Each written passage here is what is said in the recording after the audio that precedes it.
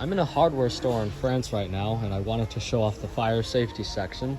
Obviously at the bottom we have some extinguishers. These are 1 kilogram, it looks like, ABC units, which is nifty. You can see that one of them is destroyed and empty, which is, you know, not good. This one's missing a pin.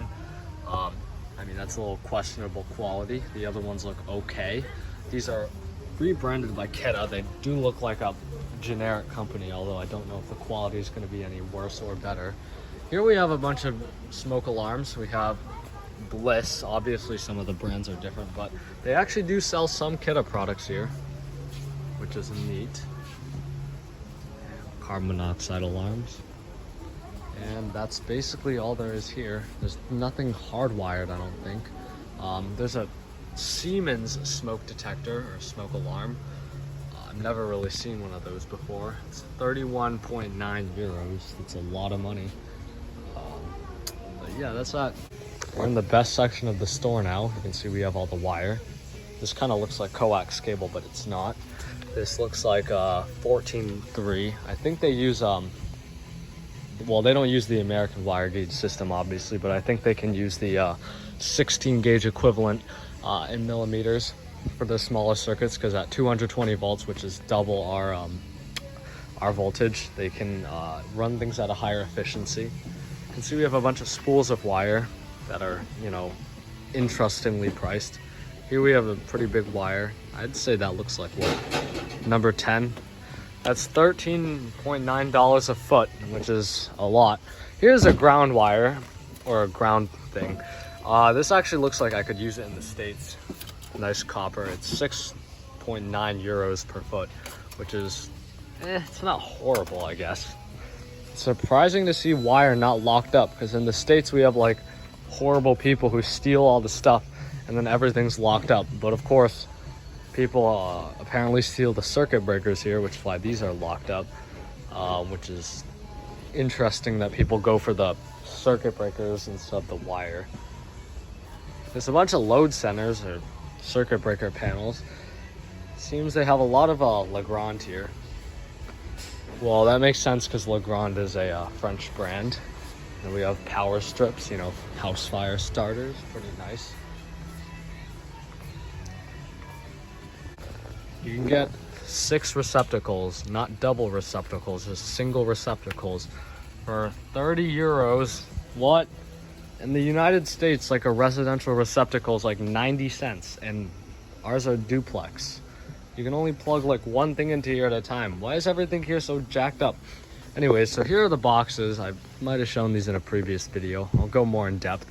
This is basically their octagon box equivalent for ceiling mount things and whatnot.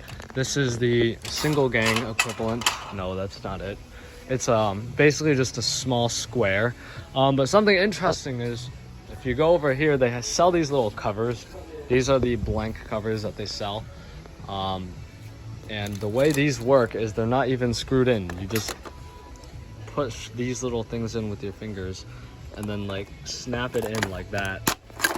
And that didn't work, but it's supposed to just cover the thing. And I'm just thinking, like, in other countries where they always comment on American electrical videos telling us how bad our electrical system is, you'd think they'd be able to come up with a slightly better thing instead of just 2 small plastic tabs. But I guess it's probably working. So this is what they mount their single gang stuff to. So this is like any switch or receptacle. It just goes on this. I think it would be a lot cooler if they had like receptacles that were duplex like the rest of the world, but that's all right. I mean, they do actually, they just aren't as common. These are the duplex boxes, I think. Here you can see they do use Wagos, so we have a bunch of Wagos for sale. You don't really see these in the United States. We have also these older terminal blocks. I believe these terminal blocks are also used as just wire connectors, sort of how we use wire nuts. But it looks like the standard for the most part is Wagos everywhere. There's a bunch of these push-in connectors, which I'm not really sure how I feel about, but this one's open. You can see there's a ton of Wagos. Lumber. Okay, so there's not a huge lumber section here. We have some sheet goods in the back. You can see we have some more decent looking woods. This is 60 euros. We have a few different various things. This is like MDF, some thin stuff. We have OSB. This is pretty thin.